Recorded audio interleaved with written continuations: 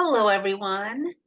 We are back for our book club, Be Holy, for I Am Holy book club.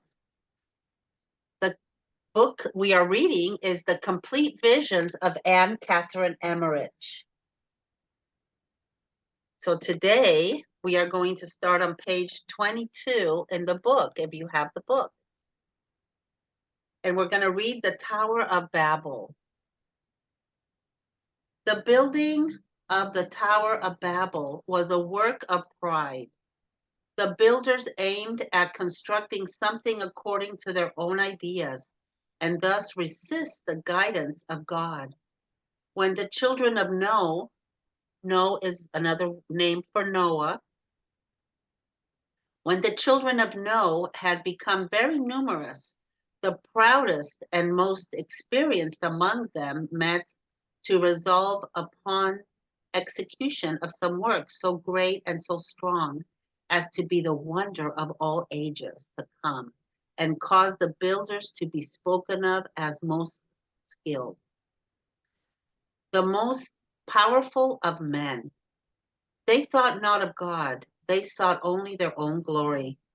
Had it been otherwise, as it was distinctly told, as I was distinctly told, God would have allowed their undertaking to succeed. The children of Sem took no active part in the work. They dwelt in a level country where palm trees and similar choice fruit grew. They were, however, obliged to contribute something toward the building, for they did not dwell so far distant as that period as they did later. The descendants of Cham and Japhet alone were engaged in the work. And because the Semites refused to join them, they called them a stupid race. The Semites were less numerous than the children of Cham and Japhet, and among them the family of Heber and the ancestors of Abraham studiously refrained from encouraging the enterprise. Upon Heber, who, as we have said, took no part in the work, God cast his eyes, and amid the general disorder and corruption, he set him in his posterity apart as a holy nation. God gave him also a new and holy language, possessed by no other nation. They thereby, his race, should be cut off from communication with all others. This language was a pure Hebrew, or cut off, oh, sorry. This language was a pure Hebrew, or Chaldaic. The first tongue, the mother tongue, spoken by Adam, Sem, and Noah, was different, and it is now extant only in isolated dialects. Its first pure offshoots are the Zen, the sacred tongue of India, and the language of the Bactrians. In those languages, words may be found exactly similar to the Low German of my native place. The book that I see in modern Stefan on the Tigris is written in that language. Heber was still living at the time of Semiramis. His grandfather, Arphax, was the favorite son of Sem. He was a man of great judgment and full of profound wisdom, but a good deal of idolatrous worship and sorcery may have been handed down by him. The Magi derive their origin from him. The Tower of Babel was built upon rising ground, about 2 leagues in circumference, around which lay an extensive plain covered with fields, gardens, and trees. To the foundations of the tower, that is, up to its first story, 25 very broad stones walks led from all sides of the plain. 25 tribes were engaged in the building, and each tribe had its own road to the tower. Off in the distance, where these roads began, each tribe had its own particular city that in time of danger or attack they might flee to, the tower for shelter. The tower was intended likewise to serve as a temple for their idolatrous worship. The stone roads were where they took their rise in the plain, tolerably far apart. But around the tower they lay so close that the intervening spaces were not greater than the breadth of a wide street. Before reaching the tower, they were connected by cross arches, and between every two, three opened a gateway about 10 feet wide into its base. When these gently inclined roads had reached a certain height, they were pierced by single arcades. Near the tower, the arcades were double, one above the other, so that through them one could make the circuit of the building, even around the lowest part under all the roads. Above the arches that connected the inclined roads were walks or streets running horizontally around the tower. Those gently rising roads extended like the roots of a tree. They were designed in part as supporting counterpillars to strengthen the foundation of the immense building, and partly as roads for the conveyance from all points of building material and other loads to the first story of the tower. Between these extended bases were encampments upon structures of stone. In many places, the tops of the tents above rose above the roads that ran through them. From every encampment, steps cut into the walls led up to the walks. One could go all around the tower through the encampments and arches and under the stone roads. And Besides the occupants of the encampments, there were others who lived in the vaults and spaces on either side of the stone roads. In and around the whole building swarmed innumerable living beings. It was like a huge ant hill. Countless elephants, asses, and camels toiled up and down the roads with their heavy burdens. Although these burdens were far broader than the animals themselves, yet several could with ease pass one another on the roads. On them were halting places for feeding and unloading the animals, also tents on the level spaces, and even factories. I saw animals without a guide bearing their burdens up and down. The gateways in the basement of the tower led into a labyrinth of halls, passages, and chambers.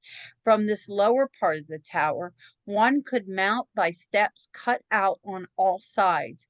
A spiral walk wound from the first story around the exterior of the polygonal building. The interior at this point consisted of cellars, immense and secure, covered chambers and passages. The building was begun on all sides at once. All tended to one central point where at first stood a large encampment. They used tiles, also immense hewed stones, which they hauled to the site.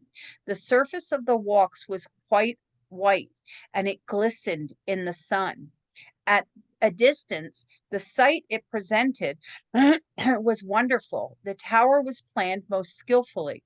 I I was told that it would have been finished and would now be standing as a magnificent monument of human skill had it been erected honor to the honor of God.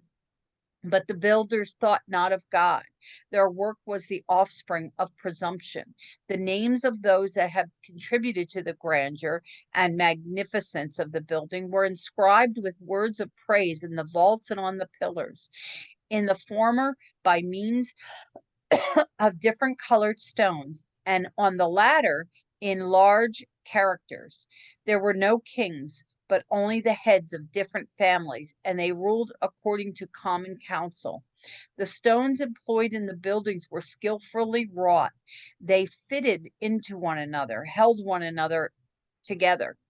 There were no raised figures on the building, but in many parts of it were inlaid with colored stones, and here and there were figures hewn in niches. Canals and cisterns were constructed for water supply. All lent a helping hand. Even the women trod the clay with their feet. The men worked with breast and arms bare, and most distinguished wearing a little cap with a button. Even in very early times, women kept the head covered. The building so increased in bulk and height that on the account of the shade it cast, it was quite cold on one side, while on the other the reflection of the sun's rays made it very hot. For 30 years the work went on. They were at the second story. They already had encircled and walled in the interior with tower-like columns, had already recorded their names and races thereon in colored stones, when the confusion broke forth. I saw one sent by God, Melchizedek, going around among the leaders and masters of the building. He called upon them to account for their conduct, and he announced to them the chastisement of God. And now began the confusion. Many who had up to this time worked on peaceably now boasted their skill and the great services they had rendered in the undertaking. They formed parties, they laid claim to certain privileges. This occasioned contradictions, animosity, and rebellion. Were at first only two tribes among its disaffected, and these, it was resolved, should have been put down. But soon it was discovered that disunion existed among all. They struggled among themselves. They slew one another. They could no longer make themselves understood by one another. And so at last they separated and scattered over the whole earth. I saw Sem's race going farther southward, where later on was Abraham's home. I saw one of Sem's race. He was a good man, but he did not follow his leader. On account of his wife, he preferred staying among the wicked ones of Babel. He became the leader of the Samnites, a race that always held themselves aloof from others. Under the cruel Semiramis, Melchizedek transplanted them to Palestine. When in my childhood I had a vision of the building of the tower, I used to reject it because I could not understand it. I had, of course, seen nothing like it, no buildings but our farmhouses and the city of Coesfeld. More than once I had thought it must be heaven, but I had the vision again and again and again, always in the same way I see it still. And I have also seen how it looked in Job's time. One of the chief leaders in the tower building was Nimrod.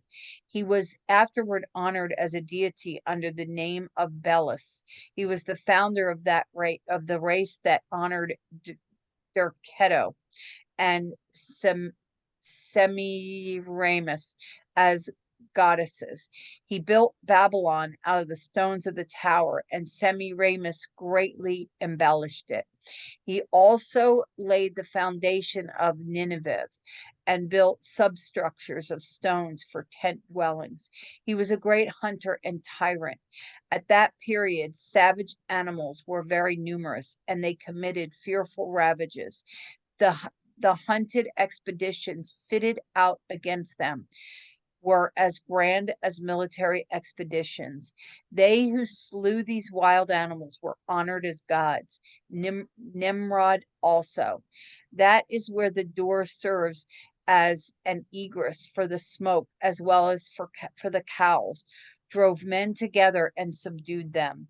He practiced idolatry. He was full of cruelty and witchcraft, and he had many descendants. He lived to be about 272 years old. He was of sallow complexion, and from early youth he had led a wild life. He was an instrument of Satan, very much given to star worship. Of the numerous figures and pictures that he traced in the planets and constellations, and according to which he prophesied concerning the different nations and countries, he sought to reproduce representations which he set up as gods.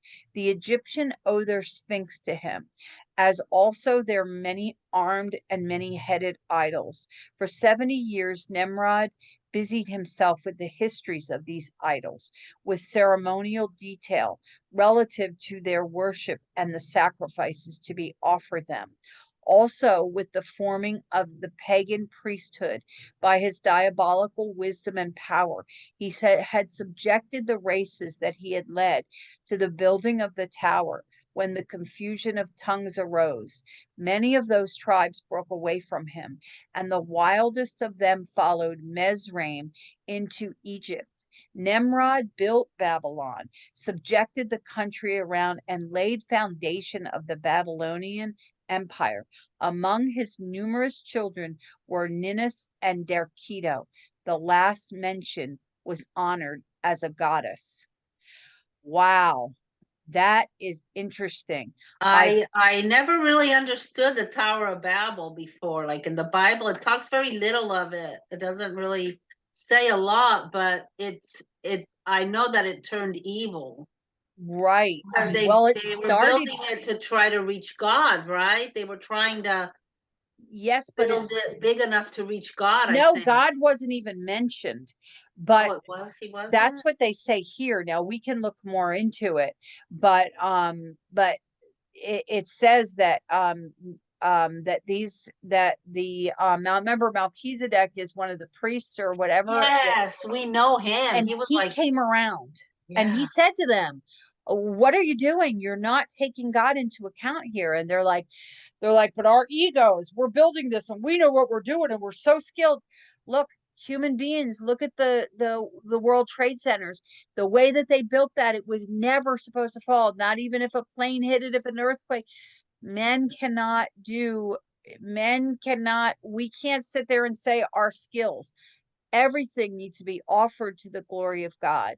And they thought not of God, it says here.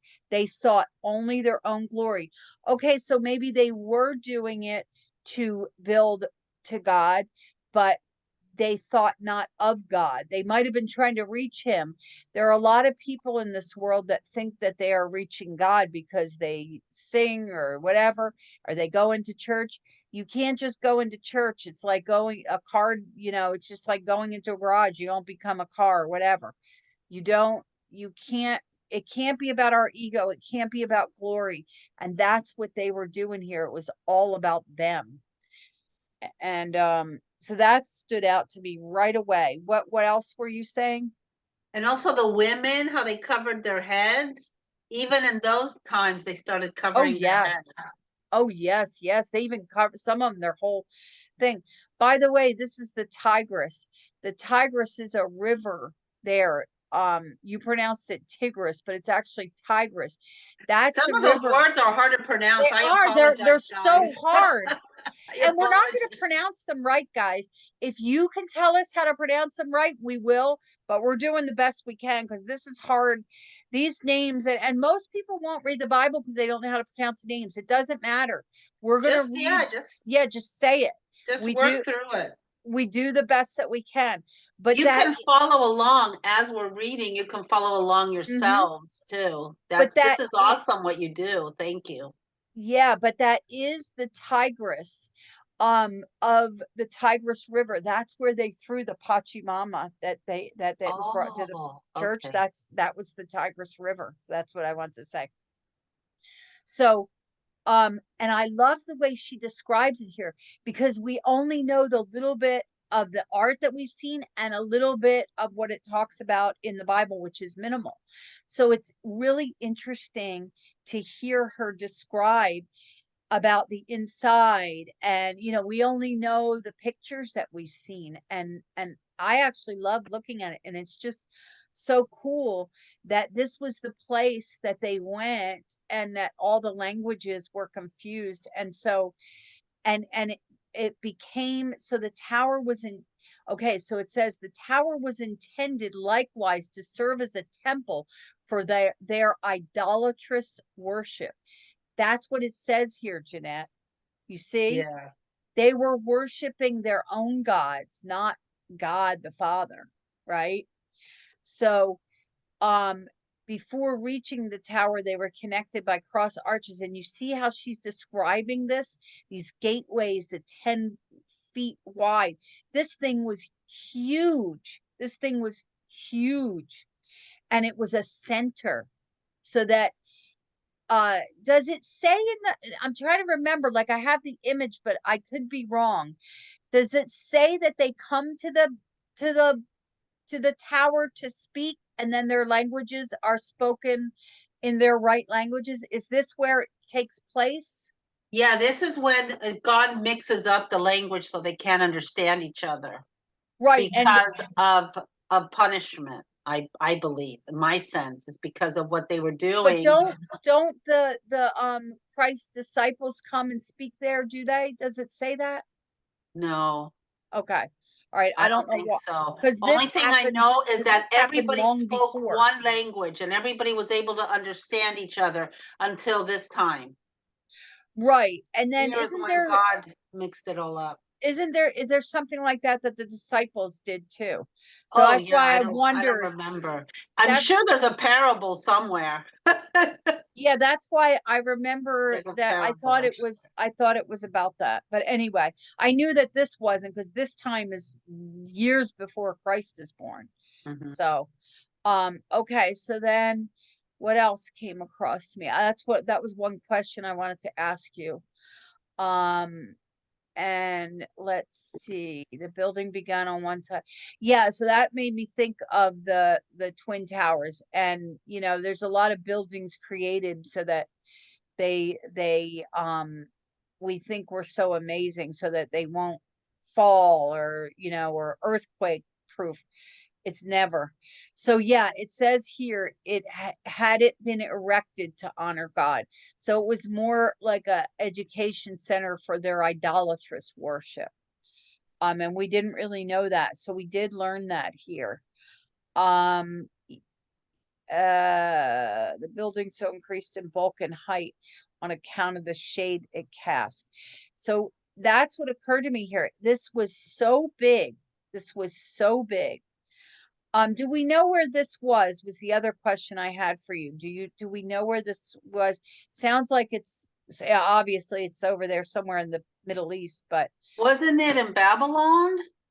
right, so that's what I'm saying. But do we know That's where why it this was is? called. But do we know where this is in our modern map? Let me see. Where was That's what I wanted to ask you, if we knew. now? It It says says the Tower of Babel stood at the very heart of the vibrant metropolis of Babylon in what is today Iraq. Iraq. That's what I thought. It was like It in a was a Syria or city Iraq. of open squares, broad boulevards, and narrow winding lanes. Yeah. So that's where it was located, which I find just so fascinating when we say, okay, that it's so Iraq. And now Iraq, they're being so persecuted, especially Christians at this time. Their women used to be very brilliant women. They used to have like colleges and all, and it all got shut down by the Muslim religion. They shut them down, and they're persecuted over there, and women are not allowed to be educated. Well, Iraq was one of the very more sophisticated cities over there. So it's sad. It's it's sad how they go through periods of this. It's not all the time. Sometimes they're allowed. It's their political stuff. I don't know where they're at. I think right now they're under some persecution too, the women. But anyway, so I like here that she gets into Abraham. She says, I saw Sem's race going farther southward, where later on was Abraham's home. Um, and uh and I saw one of Sem's race. He was a good man, but he did not follow his leader. So he ended up caught in the wicked ones. This is one of Sem is one of Um, Abraham's children, right? yes. Okay. It says here that Nimrod wanted to build cities and is credited with building the Tower of Babel, the center of a city that would reach to the heaven. The goal of their leaders was to make a name for themselves that would be remembered forever. So About they were their trying ego. to reach the heavens. They were trying to But reach it the but heavens. they wanted their name. They didn't want to reach God for God's glory. Exactly. They wanted to be remembered And forever. isn't it funny in our culture today, when people are called stupid, they're called Nimrod. I worked Nimrod. my father was he did construction. That's what he did. He would do my first husband did too. He did cement work. Okay. And whenever they talk to the guys, they'd be, oh, come here, you Nimrod. So he wanted to be remembered for years, but he's remembered as a fool and as an ego. He has a big ego, and he wasn't as brilliant as he thought he was. Isn't it funny what our Yeah. ego wants? God says, no, this is about my glory, not yours. And that's why, like, we have to really be careful to keep our ego in check and be focused on God. See, transplanted them to Palestine. So um I just think it's interesting. She says in her childhood she had this vision, and she kept denying it. She didn't want to look at this vision. It bothered her because she didn't know what it was. She only knew farm. And what they're saying about Saint Cat, this Blessed Catherine, is she didn't know any of these things, and they checked it out with historians, and they were true. And that's one of the things that they check when they check their writings. Her things were true. And look how they took one of the sons' names. Was He was honored, and he was honored under the name Bellis, but he was a founder of the race that honored their keto and seminarians as goddesses. But it was actually a name of his son or something. It said one of his children. So they made goddesses out of people. We're doing that today with our stars in Yes. Hollywood. Yes. Yes. I just sent you something you might want to maybe share here. If you want to take a quick pause, I can show you. It's very interesting. Okay. Um, the Babylon and okay. What did you want to? Because Babylon is also mentioned a few times in the New Testament, and in Matthew 1, 11, 12, and 17, and in Acts 7:43, the old mess up city is plainly meant. These all refer to the captivity in Babylon and do not demand any further discussion. Um, and also it's in Revelation, it's in a lot of places. I just thought, Yeah, we only have 5 minutes here, but what you just sent me, it says in number 2, it says symbolic sense. I always like symbolism because we live on that. yeah. All Okay. the I can't put it up on the screen because I'd have to look it up and pause, and we only have 5 minutes because Yeah. Jeanette has a thing I to go. have to go to church. All the references to Babylon in Ray are evidently symbolic. Some of the most important passages are Revelation 14:8, 16 through 19, 17:5, 18:2, 10:21. In Revelation 17:5, Babylon, and I'll put that up because I'm going to I'm going to put this part on. Babylon is designated as Mysterion. This undoubtedly indicates indicates that the name is to be understood figuratively. A few interpreters have believed that Jerusalem was the city that was designated as Babylon, but most scholars hold that Rome was the city that was meant. Yeah, there's This just a little bit of like explanation of where you can find wait, Babylon in the New let Testament. me let me just finish this, Jeanette. That interpretation goes back at least to the time of Tertullian. This interpretation was adopted by Jerome. He's the one that changed the Latin Bible, remember? And Augustine, and has been commonly accepted by the church. There are some striking facts which point to Rome as the city that's designated as Babylon. So it's interesting here. The church has been figuring all this out, and they put that. So I think the symbolic part is interesting. It says Rome was regarded by both Jews and Christians as being antagonistic, and that's why we wanted it there. That's why Peter and Paul went there, is to make it into, they went into the most satanic place, not satanic, the most Sinful, secular, huh? What? sinful. Sinful. That's what I meant.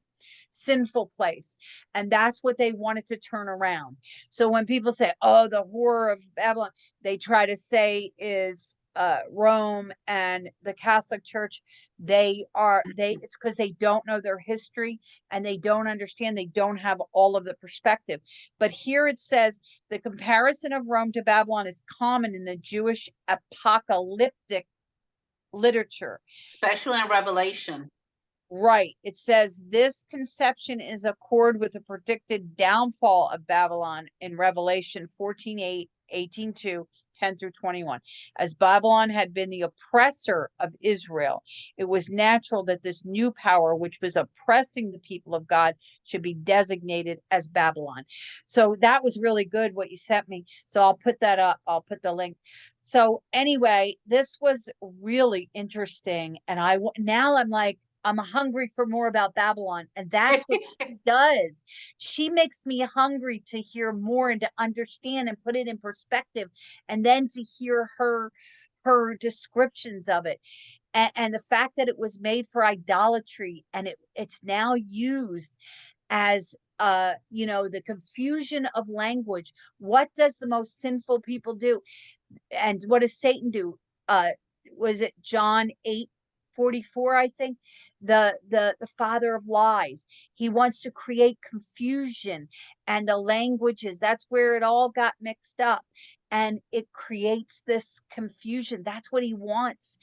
And so witchcraft and all that, see, among his numerous children were Ninus and Derketo. Now And we're going to Nimrod. read about their keto tomorrow. Yeah, we're going to read about that.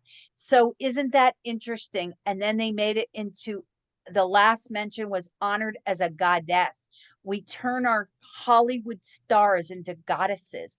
We turn our humans into goddesses. So tomorrow we will begin here. This is fun and interesting. Let's learn more. So you go to mass and I'm going to go to Bible study to learn more. Oh, Bible study. Oh, okay. Okay. Well, good. You keep learning, because we need to ask you questions when we don't know. I'm learning too, but you've been doing this longer than me. You know the details better than me. So we will see you all tomorrow, and hope that you get yourself to mass too. I won't be getting myself to mass. It's my birthday. I'm going to try to enjoy a little bit. Yes, you relax and you do what you love to do, and make sure you have a piece of cake today. No, no, no, no, no, no, no, no. Well, you have to. It's a tradition. I'll To have have tomorrow you have when we okay, go out. tomorrow we're gonna light a candle and we're gonna do your birthday tomorrow. Okay. Yeah. Oh, you gotta I don't tell want to me. cake. I'm going to bring a cake for everybody anyway. And you Okay, gotta well, we'll tell just me do that. your favorite. You gotta tell me your favorite cake from Publix, because I go to Publix. So let me know. Okay. Well, They have, I'll look at, I yeah, think they have the cupcakes would chocolate be better. ganache is delicious too. I think cupcakes would be easier. Cupcakes, yuck.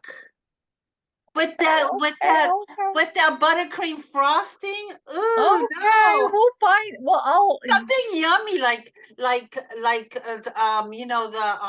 what's it called? They have a delicious cannoli cake. They have a delicious Well, I'll look at Publix chocolate cakes. ganache. They Okay, have I'll the look at cakes. strawberry sensation. Oh, that's a good I one don't too. like strawberry. Okay, then you just Um, look and see. I'll look. Yeah. So we will see you all Love you guys. tomorrow. Bye. Bye.